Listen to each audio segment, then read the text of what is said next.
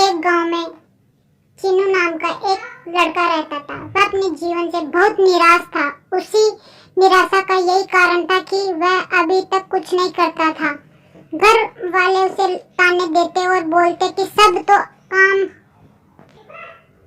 कामयाब हो गए और तू यहीं का यहीं रह गया। और सभी उसे पूछते कि तू क्या कर रहे हो, तो उसे कुछ कहने की क्षमता नहीं थी, क्योंकि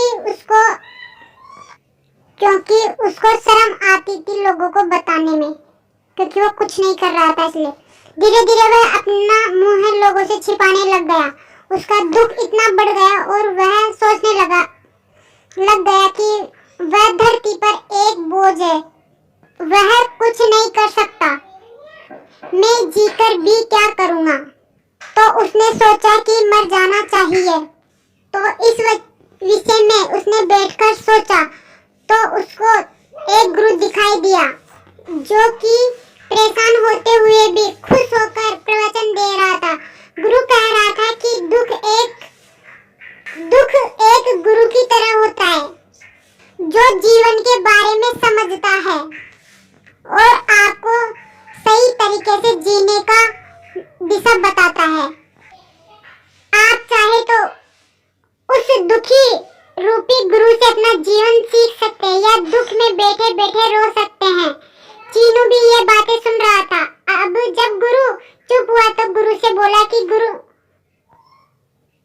तो चीनू गुरुजी से बोला कि दुख को सिखाकर नहीं जाता बल्कि पीड़ा देकर जाता है। तो गुरु ने पूछा कि क्या दुख है। तो चीनू ने सारी बात गुरु को बता दी और कहा कि मेरी परेशानी का कोई उपाय ही नहीं है। गुरु हंसते हुए बोले कि जब तुम्हारे जीवन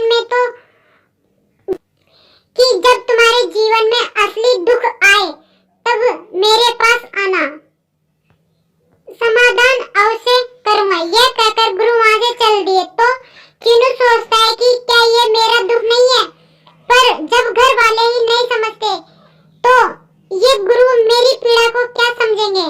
तो चीनू चुप अपने दुखी मन से दुखी था। तो उसने निर्णय लिया कि वह कुछ करके दिखाए।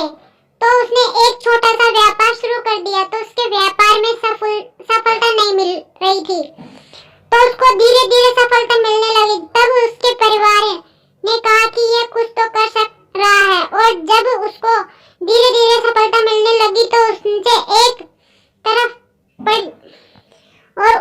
एक रफ्तार पकड़ ली। और एक दिन ऐसा आया कि वह बहुत बड़ा व्यापारी बन गया। तो जब लोगों को मालूम हुआ तो लोग उसकी प्रशंसा करने लगे और कई लोग सोचने भी लग गए। और तब वह चीनू गुरु के पास गया और गुरुजी से बोला कि गुरुजी धन्यवाद। तो गुरु बोला कि तुमने अपनी परेशानी से क्या सीखा। तो वह बोला कि मैं बिना कुछ करे ही सफलता पाना चाहता था, पर ऐसा नहीं हुआ और मैंने कोशिश की तो आज मैं बहुत बड़ा व्यापारी बन गया